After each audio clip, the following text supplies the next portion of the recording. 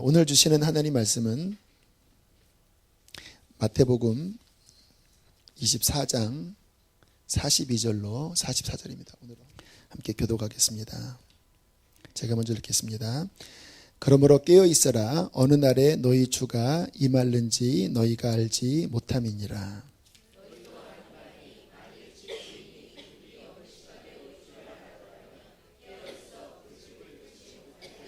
함께 했습니다. 이러므로 너희도 준비하고 있으라. 생각하지 않은 때에 인자가 오리라. 아멘.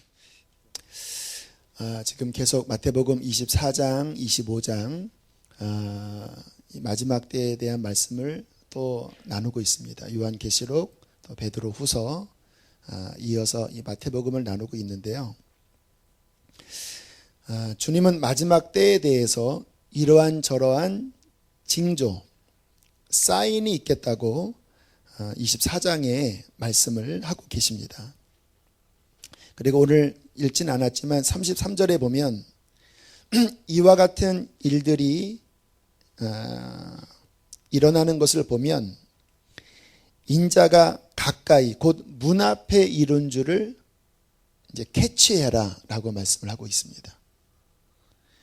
주님이 주시는 여러 사인들을 잘 보면서 지금 주님께서 어디쯤 오셨는지를 캐치해야 된다라고 말씀을 하고 있는 것입니다. 우리 하나님은요, 우리를 사랑하시기 때문에 항상 중요한 일을 행하시기 전에는 사인을 주십니다. 그래서 성경에 보면 하나님께서 하실 일을 그 종 선지자에게 보여주지 않고는 행하심이 없다 할 정도로 주님께서는 정말 친절하게 어떠한 중대한 일을 행하실 때 사인을 보내세요. 이번에 우리 장례 같은 경우에도 아버님이 돌아가시기 몇 개월 전부터 우리 누님 같은 경우는요, 여름부터 기도만 하면 아버지 기도밖에 안 나왔다고 이야기를 하더라고요. 그렇게 애절하게 애타게 아버지의 그 마지막 구원을 위해서 그렇게 애타게 기도를 했노라고 이야기를 하더라고요. 그래서 막상 이제 이런 일이 벌어졌을 때 우리 누님이 직장도 다 내려놓고 정말 눈물겹게, 제가 좀 미안하더라고요. 저는 그렇게까지 돌보지를 못해드렸는데 눈물겹게 그 옆에서 눈물을 톡톡톡 흘리면서 그렇게 아버지를 위해서 기도하고 또 아버지 영혼을 살릴 수 있는 그분을 모시고 하루에 2번씩 중환실에 가서 끝내는 영혼을 마지막 잘 준비시켜드리고 하나님 앞에 보내드렸는데 여름부터 마음을 하나님께서 준비시키시면서 기도를 시키신 거예요. 제 아내 같은 경우에도 지난번 성령 집회 때 가족을 위한 기도를 시키는데 시아버님이지만 너무나 그 마음 안에 불쌍한 마음이 일어나서 이거는 내 마음이 아니구나, 너무나 불쌍한 마음이 들어서 그렇게 울면서 기도를 했노라고. 그러한 일련의 사인들, 그리고 마지막 돌아가시기 전날에는 기도하시는 권사님 꿈에 이제 마지막 그 백합화가 준비가 되고, 백합화가 아니라 국화꽃이 준비가 되고 이제 통과다, 이제 주님 나라 들어간다라는 사인을 받고, 그리고 하루 전날 아주 영적 전쟁을 더 심하게 하셨다고 그러더라고요. 그 마무리까지 잘 하고 아버님이 지난 주일 오전에 무사히 정말 많은 사람들의 기도와 또 돌봄과 또 영적 전쟁과 그 은혜 속에 정말 강도처럼, 십자가 옆에 강도처럼 그렇게 아버님이 구원 받으셨습니다. 하물며 한 개인이 주님 앞에 돌아오는 것도 이렇게 수많은 사인을 통해서 준비시키거늘 주님 다시 오시는 그날 온 인류의 마지막 마침표를 찍는 그 시간을 주님께서 그냥 갑자기 이루지는 않는다는 거예요. 주님께서는 아주 방방곡곡에 우리가 눈만 열면, 귀만 열면 다 들릴 수 있는, 날과 시는 모르지만 정말 깨어 알 수 있는 그러한 사인들을 온 천지에 울리도록 그렇게 사인을 주시겠다라는 거예요. 누가 그 사인을 들을까요? 깨어있는 사람들, 정말 구원 얻을 사람들은 그 하나님의 경고의 사인이 들릴 때에 이게 마음에 부딪히는 사람들이에요. 요즘 새가족 신방을 다니면서 정말 어떻게 이러한 분들이 있을 수 있나 할 정도로 막 마음에 갈급해서 막 어쩔 줄 몰라 하는 분들을 매주마다 만나요. 모르겠습니다. 재작년 초에는 죄송합니다. 이 정도는 아니었어요.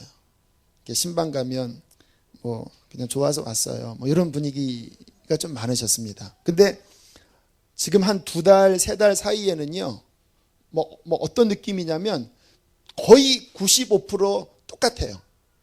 주님 오실 날이 다가왔다라는 소식을 듣고 너무 안타까운 마음으로 기도하다가 주께서 이 교회를 찾게 해주셨습니다.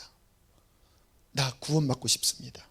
나 살아나고 싶습니다. 뭐 이런 고백들이 진짜 90% 이상이에요. 뭐 신방할 때마다 어쩜 이럴 수가 있나 그런 느낌을 받아요. 그러면서 그분들의 반응은요, 깨어나는 거예요. 어떤 충격적인 메시지를 듣고 또 간증을 듣고 또 영상을 보고 그들이 떨면서 깨어나는 거예요. 뭐 어제 만난 우리 집사님은 오늘 오셨는데 그 복음학교 광고 나갔잖아요. 여러분 신청하셨나요? 근데 그분 같은 경우에는 막 당장 막 그거 써서 벌써 제출한 다음에 거기 이제 합격하는 그 팁이 있거든요. 거기서는 누구를 합격하냐면 갈급한 사람들을 합격합니다. 왜냐하면 뭐 2대1, 3대1, 4대1이 되니까 뭐 가도 되고 뭐 안 가도 되고 하는 분들은 뭐 다음번으로 이렇게 탈락시키고 막 목말라서 막 나는 떨어지면 큰일 납니다. 이렇게 생각하는 분들은 급하구나 해서 붙여주거든요. 근데 제가 막 그런 이야기를 하려고 했더니 그분이 하시는 말씀이 나는 벌써 대답을 다 준비했습니다. 전화 딱 오자마자 나는 여기 가야 합니다. 나는 안 가면 큰일 납니다. 꼭 붙여주셔야 합니다. 이렇게 말할 걸 준비했다고 그러시더라고요. 그래서 이분은 붙겠다 그런 생각을 하게 됐어요. 그만큼 갈급한 분들이 많이 지금 교회로 오고 계셔요. 왜 그러한 갈급함이 일어날까요? 하나님의 그러한 사인들이 지금 영은 느끼는 거예요. 마치 자석이 이렇게 쇠붙이에 가까이 가면 반응을 보이듯이 지금 주님 오시는 날에 대한 소식들이 막 곳곳에서 울려 퍼지면서 정말 복된 사람, 정말 주님 앞에 서기를 그 원하는 중심을 가진 사람들은 거기에 움직이는 거예요. 내가 이렇게 살아면 안 되겠구나. 지금 정말 급하구나. 내가 이러다가 망하겠구나. 하나님 어떻게 준비해야 됩니까? 그러한 사람들이 복된 사람입니다. 그러나 그러한 사람만 있는 것은 아닙니다. 대다수의 사람들은 그러한 경고의 소리가 들리는데도 받아들이지 않는 사람, 꿈쩍하지 않는 사람, 완고한 마음을 갖고 있는 사람들이 의외로 많아요. 설마 하는 생각이지요. 그냥 핏 하는 마음이에요. 이희돈 장로님 아시죠? 그분이 그 세계무역센터에서 근무를 하시는 분이셨는데 이분이 이렇게 무역센터 이제 문 열고 들어가는데 비행기가 위에서 이렇게 그냥 그대로 부딪혔대요. 죽었구나. 문 열고 들어가는데 비행기가 쾅 하고 부딪혀갖고 급하게 그냥 그 잔해가 떨어지기 전에 그냥 볼트처럼 뛰어나가서 자기 차에 타고 그리고 저는 뭐 뉴욕을 가보지 않아서 지리 상황은 모르지만 아무튼 그분 이야기로는 그 반대편을 향하여 막 질주했대요. 그런데 그 밑에 지하차도가 있는데 그 지하차도로 내려가면서 반대편으로 지금 이 빌딩 쪽으로 가는 차량들을 향하여 손을 흔들면서 가지 마세요. 가면 안 됩니다. 하면서 계속 사인을 보냈다라는 거예요. 그런데 사람들이 그거를 보면서 그냥 아무 느낌 없이 그쪽으로 갔다가 많은 차량이 그곳에서 사고를 당해서 죽게 되었다고 하더라고요. 물론 뭐 어떤 사인을 잘 들을 수 있는 상황은 아니었겠지만 상징적으로 그러한 사인이 올 때 무감각하게 아무 생각 없이 불타는 곳으로 갈 경우에 그에게는 더 이상 살아날 가망이 없다라는 것입니다. 자, 지금 제가 한 두 가지 반응에 대해서 여러분에게 소개를 시켜드릴 테니까 듣지 않는 자들이 어떻게 반응하는지 한번 잘 들어보시고 내가 혹시 여기에 속하지 않았는지를 살피셔야 합니다. 혹시 지금 이 두 부류에 여러분이 속해 있다면요, 정말 이 밤에 가슴을 치셔야 합니다. 자, 첫 번째, 이러한 부류의 사람이 있어요. 주님 오실 날 다가왔습니다. 깨어나야 합니다라는 이야기를 하면 이렇게 생각합니다. 옛날에도 그러한 얘기가 있었다. 그런데 아무 일도 일어나지 않았다. 고로 지금도 역시 그런 이야기는 공수표일 것이다. 아무 일도 일어나지 않을 것이다. 그러한 생각을 갖고 있는 분들 의외로 많습니다. 근데 이 말은 참 논리적이고 설득력이 있는 말들이에요. 왜냐하면 주님 곧 오신다라고 하는 말은요, 실은 2000년이나 지난 말들입니다. 예수님 당시에 벌써 이 마태복음이 기록되는 이 당시에도 지금 이렇게 흐름을 보면 급박합니다. 곧 오실 거라는 말씀이 이 신약 성경 시대에서부터 나온 거예요. 그래서 마태복음이나 요한계시록에 보면 주님이 속히 가겠다. 이틀만 기다려라 하고 2000년이 지금 지났습니다. 그래서 옛날부터 주님 오실 날에 대한 소문이 있었다고 하는 그 말, 그러나 그때 아무 일이 없었던 것처럼 지금도 아무 일이 없지 않겠냐라고 하는 말은 꽤 설득력 있는 말처럼 보여요. 자, 그러나 우리가 한번 생각하셔야 합니다. 주님께서 공수표를 남발하시는 분이 아니라면 왜 2000년 전이나 지금이나 왜 동일하게 왜 급박한 주님 오실 날에 대한 경고를 왜 하실까요? 우리 괜히 공포 조장하려고 그런 말씀을 하시는 것일까요? 하나님께서 그렇게 말씀하셨다고 하면 그에 상응한 이유가 있는 거예요.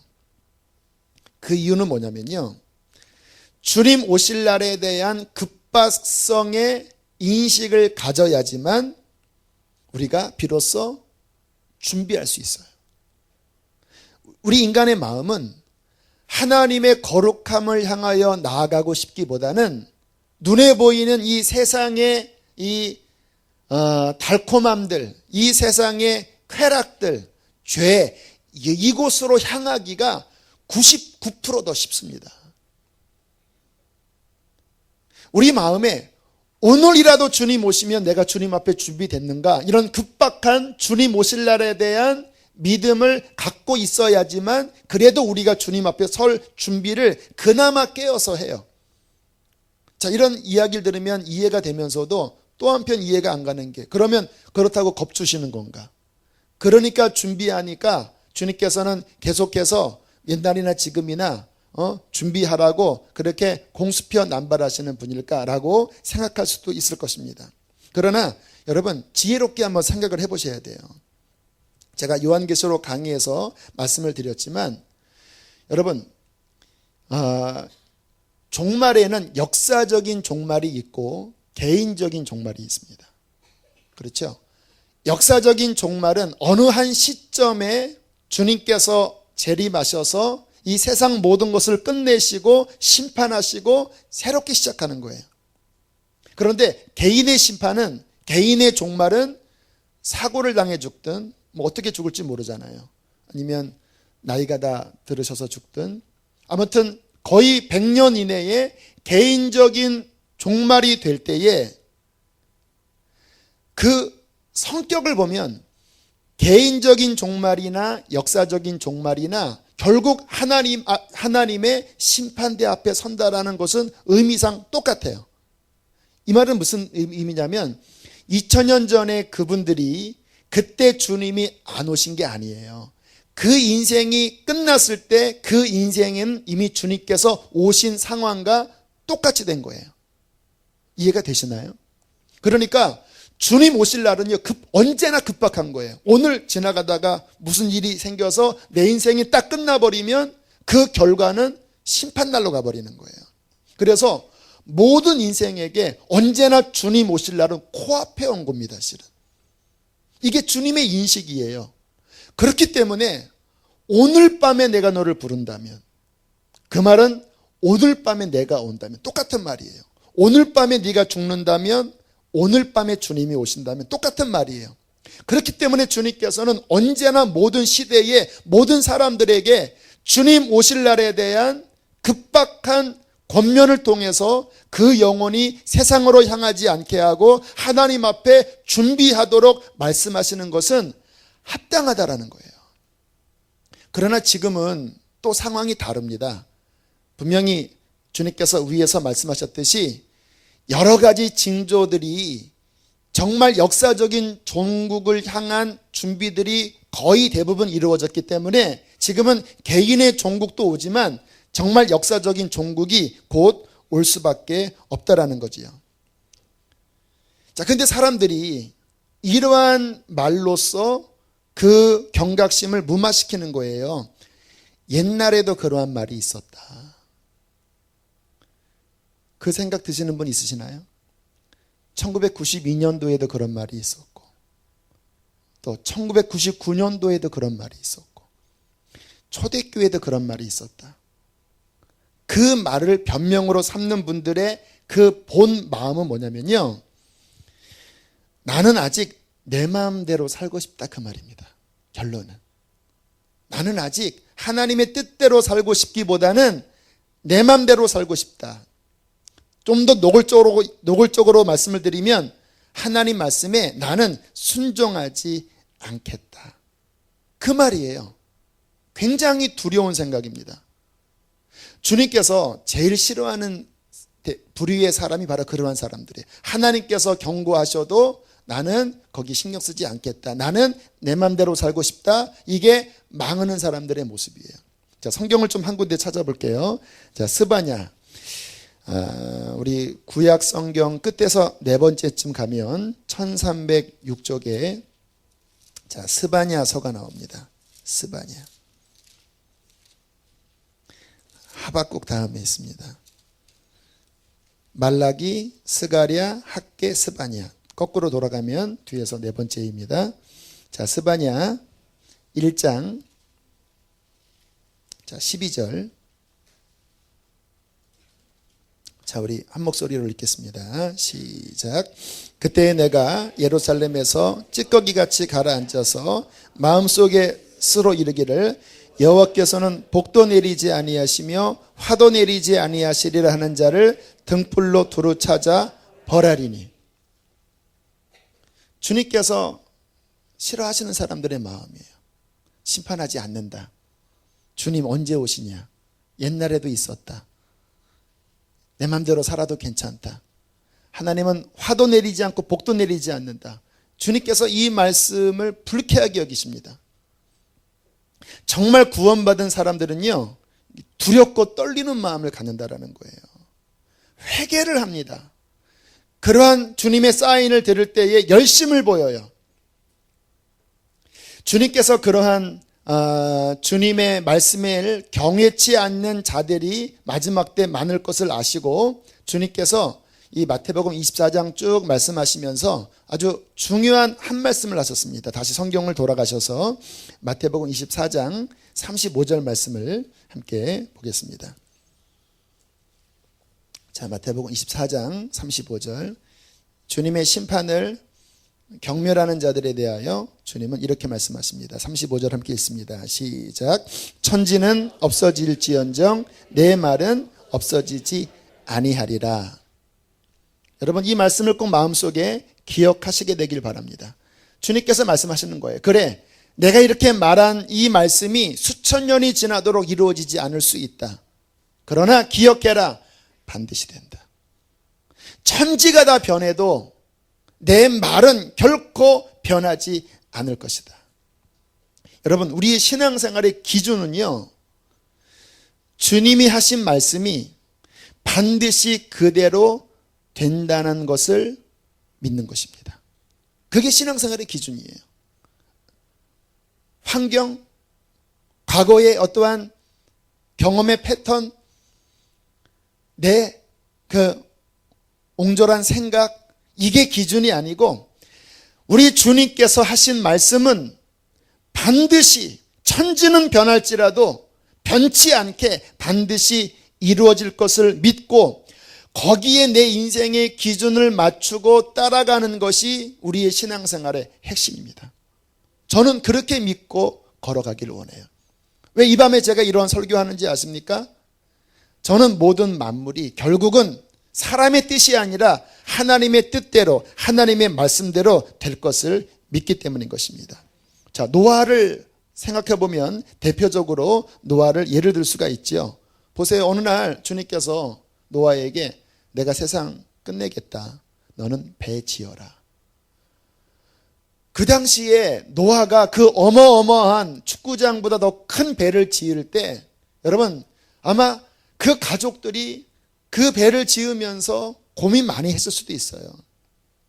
주변에 있는 수많은 사람들이 노아와 그의 가족들을 보고 경멸의 조소를 했을 거예요.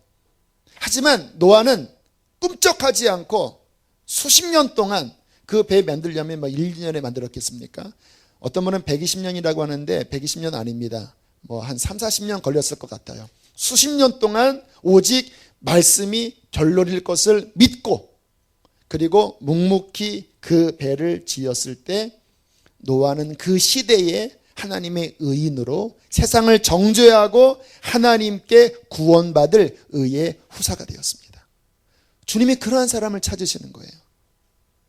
정말 하나님의 말씀대로 될 것을 믿고 내가 주님만 바라보면서 그 말씀대로 내 삶을 거기에 맞추고 준비해 들어갈 때에 주님께서는 그 믿음을 귀히 보시고 이 마지막 때 그 사람을 주님의 품에 두실 것을 믿습니다.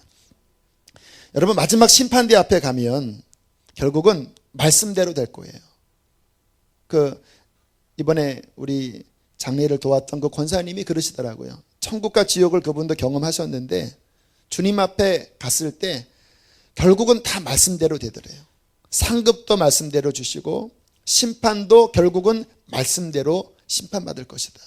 늘 저에게 하신 당부하세요. 너는 세속을 따라가지 말고 다른 목회자들이 그렇게 한다고 해서 절대 따라가지 말고 오직 말씀대로. 그 말이 제 마음에 계속 남아요. 왜냐하면 제가 살면서 이렇게 얼추하면 그냥 이 시대가 흘러가는 그 기류에 목회를 하면서도 편승할 수 있겠더라고요. 아닙니다. 정신 차립니다. 저는. 아니에요. 이 시대가 아니에요. 남들이 그렇게 했다고 그게 아니에요. 유명한 목사님들이 그렇게 살았다고 그게 아니에요. 하나님의 말씀이 결론입니다. 결국은 말씀대로 될 거예요. 여러분의 삶도 결국은 하나님의 말씀대로 될 것입니다. 그래서 늘 하나님의 말씀에 내 신앙생활을 점검하고 거기에 내가 어떻게 나를 맞춰야 되는지를 늘 기억하는 것, 이것이 우리에게 너무나 중요한데 제가 목회를 하면서 이렇게 봐요.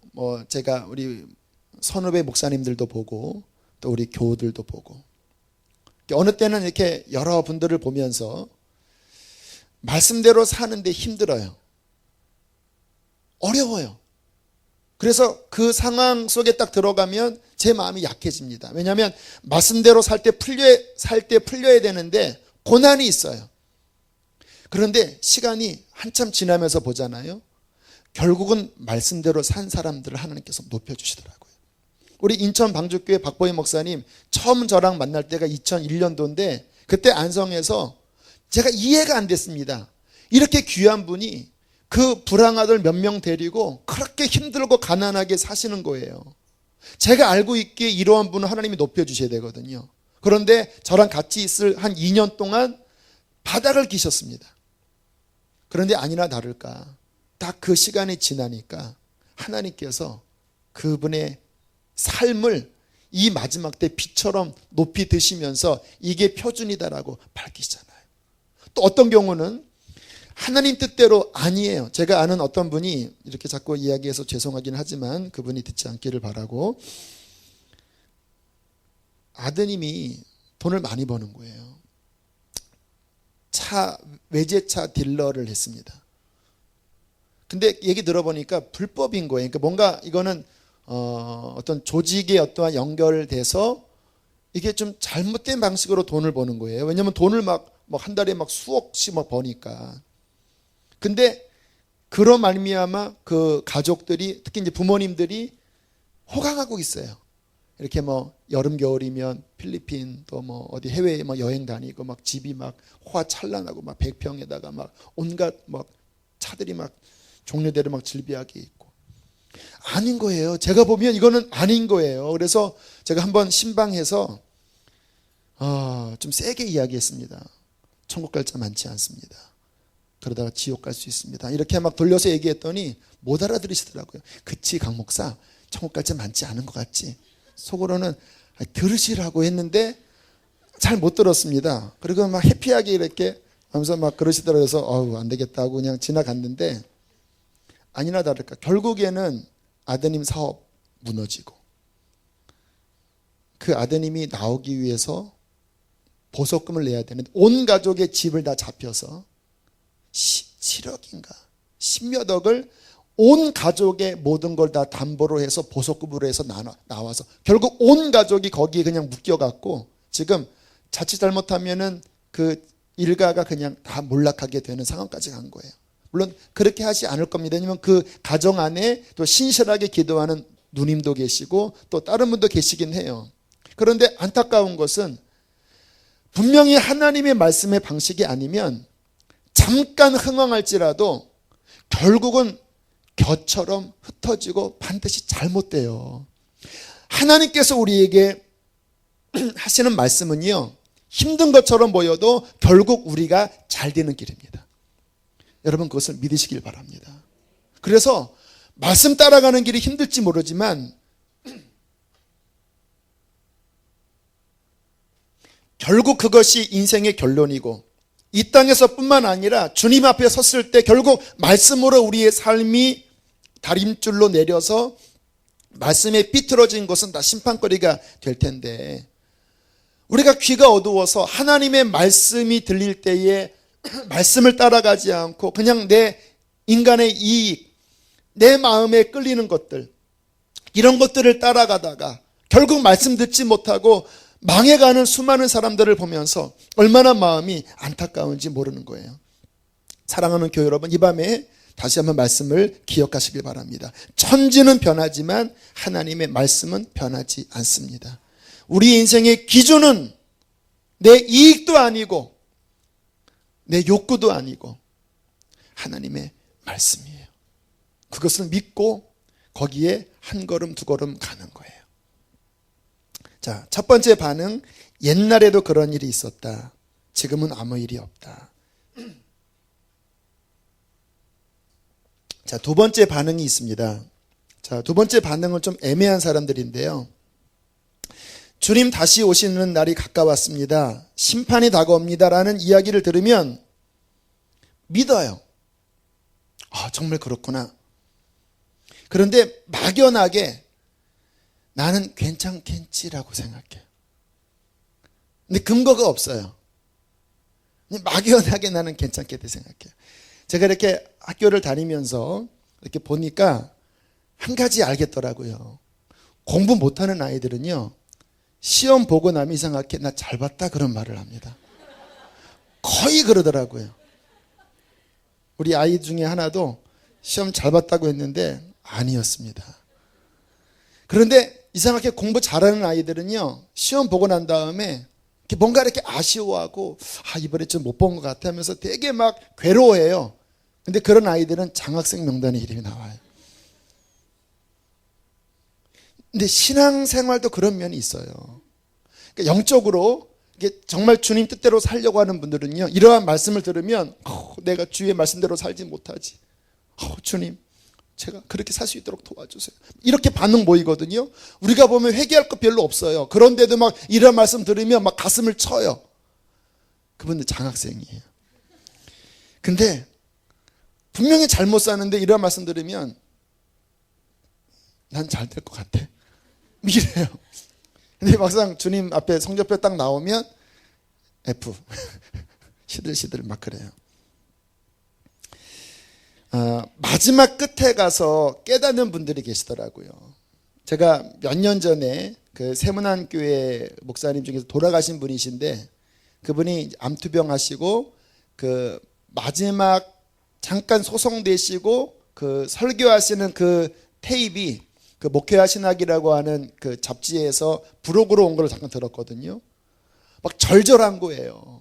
왜? 마지막에 이제 암투병 하시다가 깨어나시고, 그리고 그 속에서 기도하시다가 생각이 바뀌신 거예요.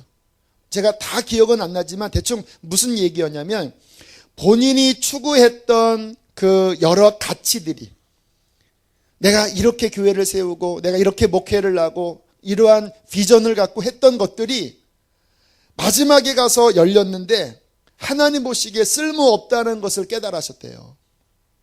그리고는 주님께서 말씀하시는 게 정말 영혼을 살려야 하고 정말 살아 역사하는 순전한 하나님의 말씀이 전파되어져야 하고 그 성경대로 나가야 하는데, 그렇지 못한 것을 그 마지막에 깨닫고는 막 우시더라고요. 막. 그리고 다시 내가 이제 살아나서 이제는 내가 주의 뜻대로 할 겁니다. 막 안타깝게 막 이야기를 하시는 거예요. 오래 못 가셨습니다. 결국 얼마 뒤에 다시 재발되셔서, 그러나 그래도 끝에 가서 깨달으셨으니까 회개할 기회가 있으셨겠죠. 제가 그분의 마지막 고별 이야기를 듣고 막 정신이 차려지더라고요. 내가 지금 하고 있는 것이 정말 주님의 그 기준으로 봐서 이게 제대로 하는 것일까? 여러분들이 마지막에 우리 그 성남제일교회 지금은 돌아가신 박용규 목사님인가? 그분도 89년도에 갑자기 중풍이 와서 온몸이 완전 그 뭡니까? 오징어 불에 구우면 이렇게 완전히 구부러지고, 그때 이분이 천국 지옥 갔다 오셨어요. 그때 주님께 얼마나 꾸중을 들으신지 모른대요. 교회가 5,000명 교회였고 중고등학교도 세웠고 엄청난 일들을 많이 했거든요. 근데 주님 앞에 갔더니 말씀대로 이야기하시더래요. 너 이렇게 하면서 표창 네가 다 로비해서 표창 다 받고, 응?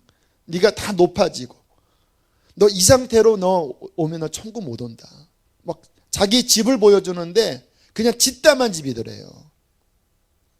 그리고 이분이 막 충격을 받고 어떻게 하면 좋겠냐고 했더니, 이제 너는 내려가면 똑바로 이렇게 해야 된다. 너는 은퇴하신 집 없는 그러한 목사님들을 위해서 은퇴 이러한 집을 마련도 하고 뭐뭐 하고. 그래서 말을 잘하시는 분이었는데요.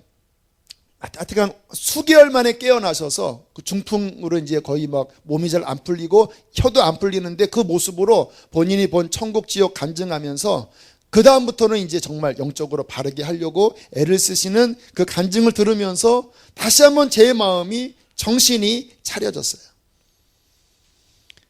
여러분, 다시 한번 말씀을 드립니다. 하나님의 말씀에 비추어 나는 지금 어떤가를 깨닫고 살피셔야 합니다. 결국 주님 앞에 가면 기준은 말씀이라니까요. 우리의 신앙을 하나님의 말씀에 자꾸 비추어야 돼요. 그러니까 성경 읽으셔야 돼요. 성경을 건성으로 읽지 마시고 그 말씀이 지금 내 삶에 어떻게 연결되는지를 살피셔야 돼요.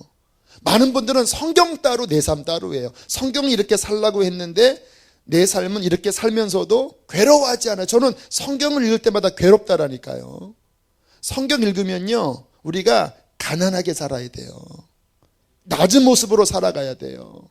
왜? 성경이 그것이 복되다라고 말씀하시니까요. 성경 읽으면서 괴로워요. 지금 내가 이게 있는 게 이게 맞나? 그래서 실은 제가 양복 하나 사려고 지금 생각했다가 지난 수요일 설교하고 사러 안 갔습니다. 충분해요. 저도 계절별로 한 2벌 정도 있으면 괜찮겠더라고요. 이게 말씀에 비추어 봐서 살아가는 길이 좁은 길이고 힘든 길이에요. 왜? 욕망을 죽여야 되는 거예요. 차라리 그럴 바에는 아프리카나 북한에서 신앙생활하는 게 더 나을 수 있습니다. 말씀대로 살려면 그게 더 나아요. 오히려 지금처럼 이 부요한 환경은요, 영적으로 하나님 뜻대로 살기가 더 어렵다라니까요. 제가 드리는 말씀이 좀 이상하게 들리시죠? 성경 보세요. 성경 보시면 그렇게 생각될 수밖에 없어요. 주님께서 말씀하신 것, 그 말씀 앞에 내 삶을 점검하면서 나 자신을 깎아내고 그 말씀에 맞춰 들어가고 그 말씀의 빛 앞에서 내 영혼이 평안하고 됐다 할 때 그 인생은 성공한 인생이에요. 그냥 막연히 내 마음대로 살면서 괜찮다고 생각하지 않게 되기를 주의 이름으로 부탁을 드립니다. 자, 그렇게 주님께서 우리를 말씀하시면서 이제 오늘 성경에 보면 이 마지막 때 우리가 아주 중요한 게 영적으로 깨어 있어야 한다라고 말씀을 하고 있습니다. 우리 성경을 좀 찾아보겠습니다. 42절로부터 다시 한번 44절까지. 자, 다시 한번 우리 세 절 말씀을 읽어보겠습니다. 시작. 그러므로 깨어 있으라. 어느 날에 너희 주가 임할는지 너희가 알지 못함이니라. 너희도 아는 바니 만일 집주인이 도둑이 어느 시각에 올 줄을 알았더라면 깨어 있어 그 집을 뚫지 못하게 하였으리라. 이러므로 너희도 준비하고 있으라. 생각하지 않은 때에 인자가 오리라. 자, 이 마지막 때 하나님의 말씀대로 살고 주님 앞에 잘 준비되려면 가장 중요한 게 뭔지 아세요? 깨어 있어야 돼요. 이 성경에 대한 이해도요, 깨어 있어야지 이게 부딪히고 이해가 되지, 영적으로 잠들어 있으면 성경을 읽어도 무슨 말인지 봉안책이에요. 깨어 있어야지만 하나님의 뜻을 분별하고 사인도 분별하고 이때를 지혜롭게 살아갈 수 있다는 것입니다. 그러면 나는 지금 깨어 있는가, 잠들어 있는가 살피셔야 되겠죠. 겉으로 보면 몰라요. 다 지금 눈 뜨고 있으니까 잠들어 계신지 깨어 있는지 잘 모르잖아요. 제가 몇 가지 조금 잠들어 있는 분들의 현상을 간단하게 한 두세 가지만 한번 이렇게 짚어볼게요. 자, 잠들어 있는, 영적으로 잠들어 있는 경우에는요, 이러한 반응들이 나옵니다. 영적인 일이 귀찮아요. 성령 집회 가려고 하면 갑자기 마음이 천근이 이렇게 무거워요. 이렇게 집에서 이렇게 막 TV 보고 할 때는 뭐 괜찮았는데 성령 집회 갈까 갑자기 막, 그래서 막 일어나기가 싫어요. 오늘은 좀 가지 말까. 오늘 그런 마음 갖고 계시면 손 들어보세요. 여러분 승리하셨기 때문에 그분들은 지금 다 집에서 누워 계십니다. 이게 영적인 일이 귀찮은 거예요. 이렇게 세상 일 할 때 뭐 어디 쇼핑 갈 때는 그냥 막 독수리의 날개 집에 올라가면처럼 막 세임이 솟고, 막 내가 그 먹고 싶은 거 먹으러 갈 때는 뭐 눈에 막 불이 나는데, 뭐 교회에서 어떠한 영적인 일을 하려고 하면요, 이게 속에서 갑자기 이렇게 무거워요. 참 이상해요. 제가 아는 어떠한 자매가 단기 선교를 앞두고 막 갈수록 막 얼굴이 막 우거지상인 거예요.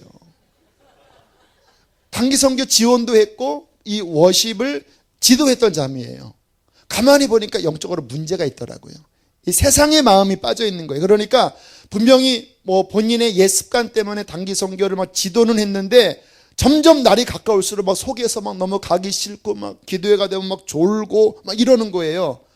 그래서 제가 개인적으로 만나서 책망하고 회개기도 시키고 막 눈물 콧물 다 쏟은 다음에 그때 비로소 하는 말이 시원해요. 그리고 중국 갔다 왔어요. 이게 참 이상해요. 영적으로 이게 처져 있고 병들어 있으면요, 다른 일, 육적인 일을 할 때는 살아나다가 이 영적인 일이 들어가면은 막 힘들어요. 그래서 이러한 분들한테 교회를 맡기면요, 또 해요. 또 청소해야 돼요. 또 부엌일 해야 돼요. 또 특송이에요. 자꾸 이 또가 나와요. 마음이 없습니다. 이러한 봉사는 주님이 기뻐하지 않습니다. 그분들은 성령 집회에서 회개하셔야 합니다. 그리고 두 번째는요, 하나님의 음성이 이게 아련하게 들려요. 이렇게 여러분 이렇게 아침에 이렇게 띠리리 이렇게 알람이 울려서 이렇게 눈을 떴는데 다시 이렇게 잠들 때 저기서 일어나 할 때 일어나 꿈인가 이런 느낌 있잖아요. 영적으로 이렇게 완전 잠든 상태가 아니고 비몽사몽간인데 이렇게 뭔가 잠들려고 막 너무 피곤한데 강 목사가 막 깨어있어라 하면은 깨어있는 사람들은 깨어있어라 이렇게 들리는데 잠든 사람은 깨어있어라 이렇게 들려요. 이렇게 그래서 깨어나야 되나? 꿈인가? 뭐 이렇게 되는 거예요. 하나님의 음성이 아련하게 들려요. 여기에 잘 안 와닿아요. 머리로는 다 알아요. 여러분 교회 생활 얼마나 많이 했습니까? 다 알아요. 근데 안 느껴져요. 안 느껴져요. 세 번째, 점점 세상 사람처럼 살아요. 먹고 마시고 시집가고 장가가고. 자, 오늘 성경 보세요. 자, 37절부터 39절 함께 읽겠습니다. 시작. 노아의 때와 같이 인자의 임함도 그러하리라. 홍수 전에 노아가 방주에 들어가던 날까지 사람들이 먹고 마시고 장가들고 시집가고 있으면서 홍수가 나서 그들을 다 멸하기까지 깨닫지 못하였으니 인자의 임함도 이와 같으리라. 자, 주님 오실 날에 대표적인 상황이 노아의 때라고 그랬는데 노아의 때에 대한 주님의 정의가 조금 이상해요. 죽이고 훔치고 간음하고 이렇게 말씀하지 않고 노아의 때가 먹고 마시고 장가들고 시집가고 있다고 이야기해요. 이게 뭐 죄인가요? 먹는 게 죄예요? 시집 장가가는 게 죄예요? 죄 아니잖아요. 왜 근데 이렇게 말씀하셨죠? 일상의 삶만 산다라는 거예요. 그의 관심이 땅에 속해서 그냥 보통 사람들이 사는 것처럼 크리스찬들이 사는 거예요. 우리 크리스찬들은 물론 먹습니다, 마십니다, 시집가고 장가갑니다. 그러나 더 중요한 것은 하나님과 관계 맺고 주님과 동행하는 삶이 살면서 이게 돼야 돼요. 근데 주님과의 관계는 없고 그냥 세상 사람처럼 먹고 마시고 시집가고 장가가고 돈 벌고 이게 내 관심이 다예요. 노아의 시대에 물에 빠져 죽은 사람들의 전형적인 특질입니다. 여러분 영적으로 잠들어 있으면요 그의 관심은 세속적이에요. 어디 맛있는 데 있나? 어디 좋은 거 있나?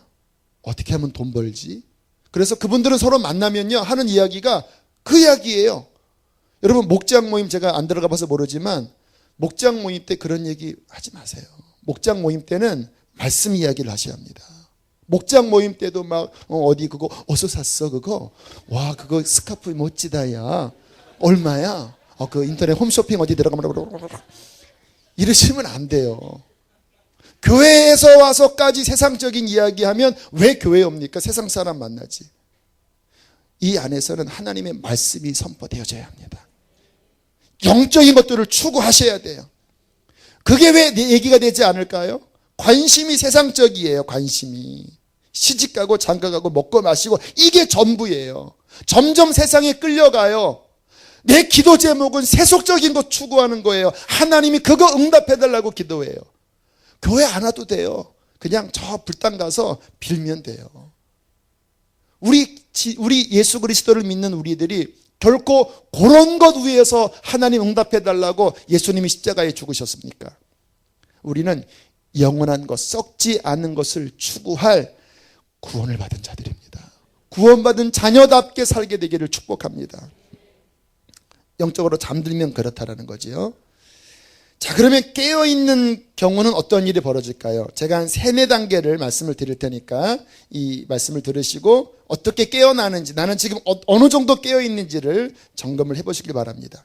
자, 깨어나려면요 먼저 지금 같은 말씀을 들을 때에 이 속에서 각성이 일어나는 거예요.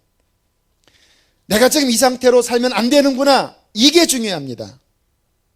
이 상태로 살면 안 되는구나. 이 상태로 살면 주님 옆에 설 수 없구나.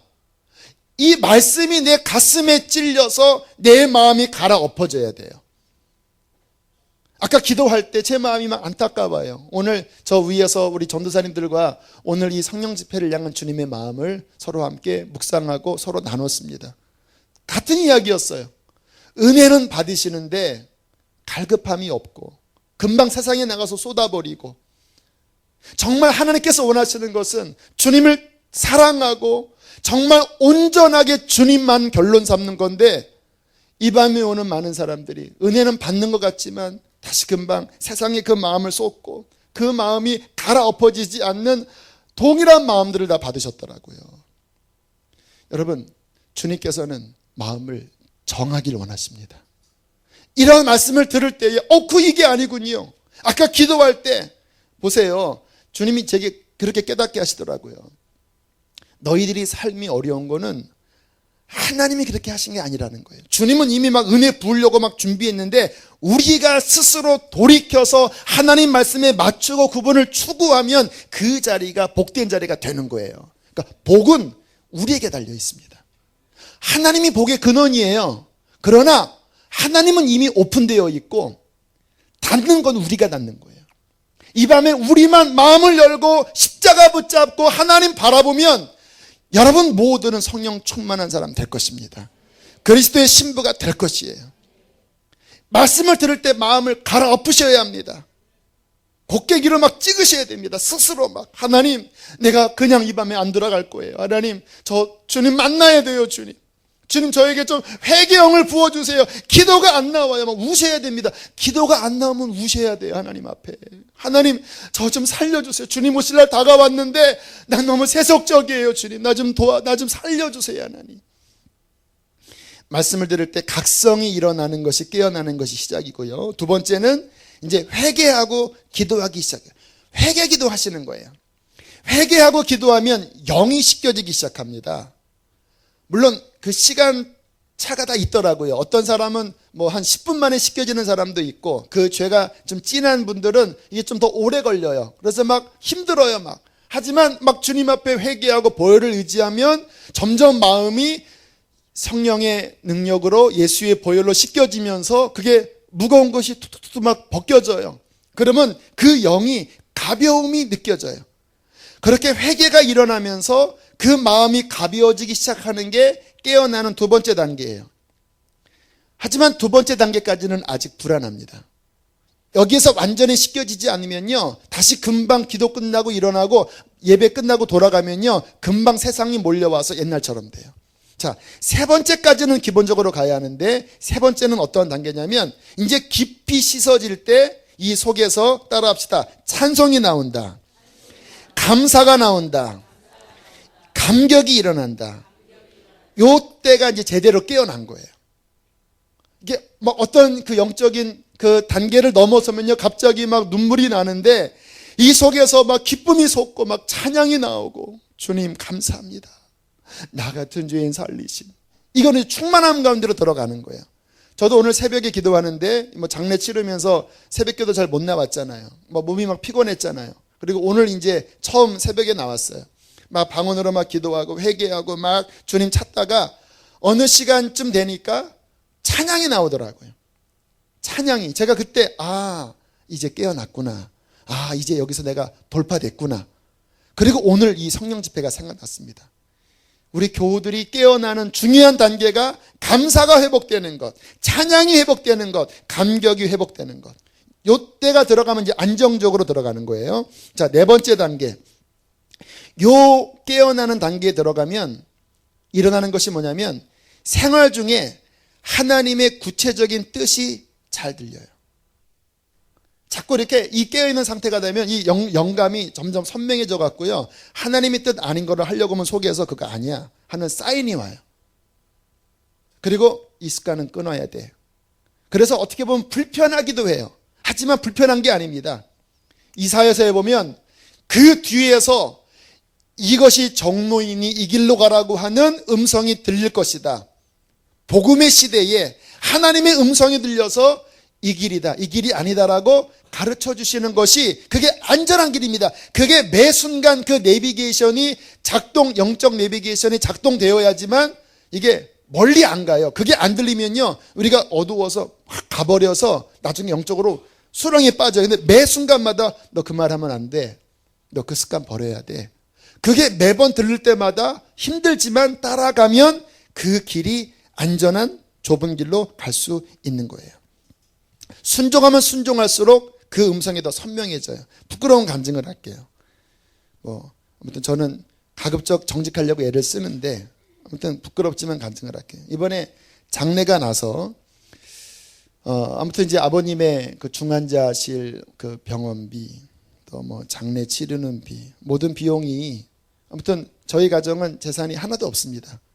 우리 누님이 좀 갖고 있는 것 같긴 한데, 근데 이제 아무래도 부담되잖아요. 이런 상황들이. 뭐 교회에서 그 부분을 도와주겠다고 했지만 그건 아닌 것 같아서 일단 됐습니다라고 이렇게 정리를 하고, 근데 조의금이 이렇게 쭉 들어오는 걸 보면서 좀 고민이 됐습니다. 11조에 대해서. 뭐 저의 거면 정리가 그냥 간단한데 형님도 있고 누님도 있고 어머님도 있고 또 뭐 형님 신앙은 아직 그런 상황이고 이런 가운데서 이게 정산할 것도 있으니까 그냥 감사헌금을 해야 되겠다라고 이렇게 생각을 하고 그리고 누웠습니다. 양심에서 계속 이야기가 들리는 거예요. 아니다. 장래지만 11조 떼야 된다. 네가 막내지만 이 부분에 있어서 하나님께서 너희 아버지를 구원하고 지금 이 진행되는 모든 것에 하나님께 영광 돌려야 한다. 확실하게 신앙 고백을 해야 된다. 그래서 제가 밤새 고민하다 기도해, 하나님 도와주십시오. 그러면 도와주십시오. 그렇게 할 수 있도록 내게 힘을 주십시오. 그 다음날 일어나서 아내에게 이야기하고 누님과 또 그다음 모인 자리에서 11조를 떼겠습니다. 그랬더니 뭐 다들 당연하지 그러더라고요. 그래서 11조 다 정산하고 모든 것들을 정산했는데 하나님께서 부족하지 않도록 장례를 잘 맞춰주셨어요. 부끄럽지만 목사가 참 부끄러운 간증이잖아요. 하지만 제가 감사했던 것은 제 마음속에 주께서 정로를 말씀하신 것이 감사합니다. 그리고 제가 귀를 열고 거기에 아멘한 게 감사해요. 우리가 깨어있을 때 그 특징은 뭐냐면요, 잘못 생각하는 방향으로 가를 바로 그 순간에 하나님의 음성이 들리셔야 합니다. 자, 우리가 영적으로 깨어서 주님과 동행하는 것이 이 마지막 때 승리하는 비결인데, 근데 왔다 갔다 해요. 저도 깨어났다 잠깐 졸다가 저도 역시 마찬가지예요. 그러나 중요한 것은 뭐냐면 잠깐 잘지라도 그 시간이 오래되지 않고 다시 벌떡 일어나는 영적인 힘이 있어야 합니다. 자, 마지막 성경 하나 찾고 말씀을 마무리하겠습니다. 로마서 8장으로 보세요. 로마서 8장 12절 13절.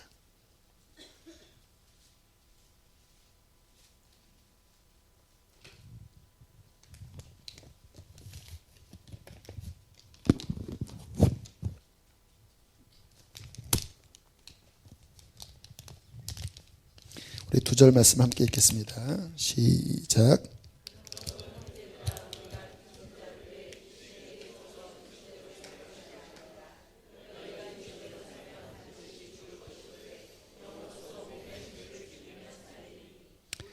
아멘.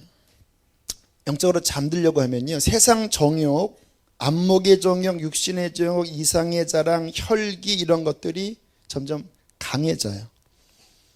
그런데 성경은 뭐라고 말씀하시냐면 그 육신에게 지지 말아라.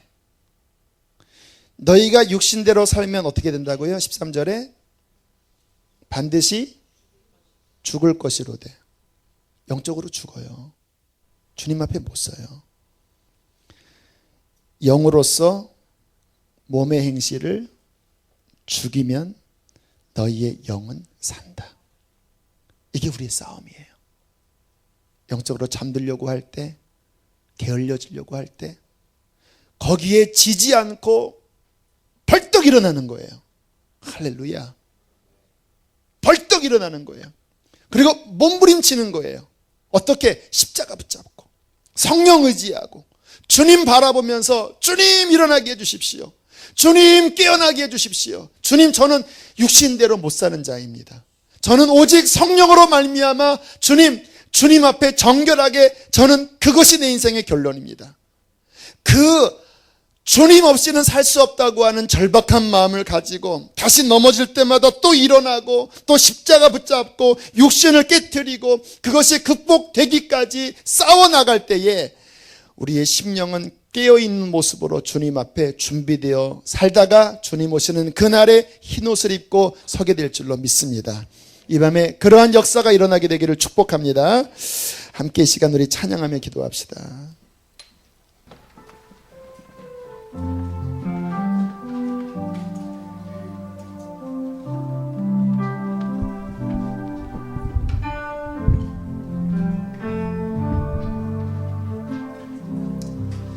정결한 마음 주소서. 정결한 마음 주소서. 주는 소멸하는 불. 여호와의 산 그 거룩한 곳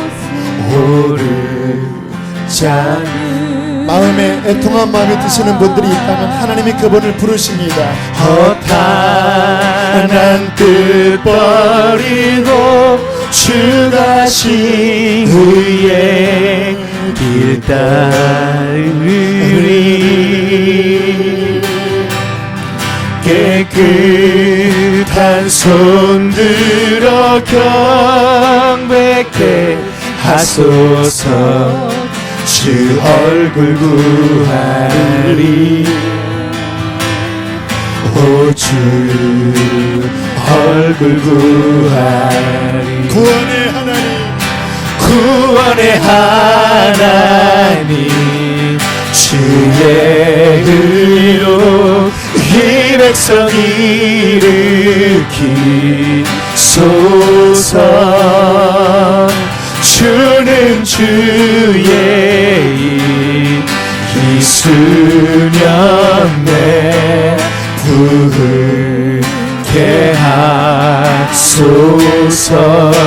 주 영광 나타내소서. 다시 한번 처음부터 고백합니다. 정결한 마음 주소서. 정결한 마음 주소서. 주는 소멸하는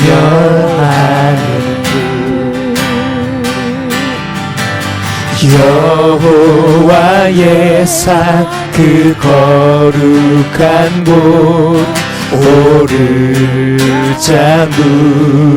누군가.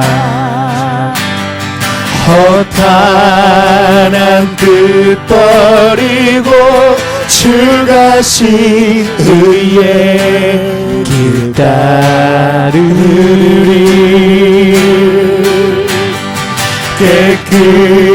깨끗한 손 들어 경배케 십자가를 바라보세요. 이 밤이 회복의 밤이 될 것입니다.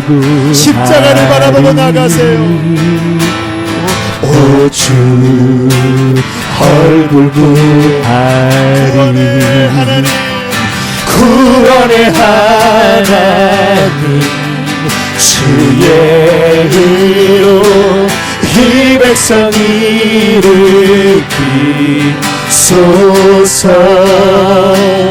주는 주의 일 희수년내 부르게 하소서. 주 영광, 주 영광 나타내소서. 어린 양 따르리. 어린 양 따르리. 어디로 인도하든지 자기를 부인하고 주 따르리. 주 영광 나타나 모든 육체 보리라. 주 이름 온 세계 위에 어린 양 따르리. 어디로 마음을 다하여 인도하든지 고백하세요. 자기를 부인하고 주 따르리. 주 영광 나타나 모든 육체 보리라. 주 이름 온 세계 위에 구원의 하나님 주의 의로 이 백성 일으키소서.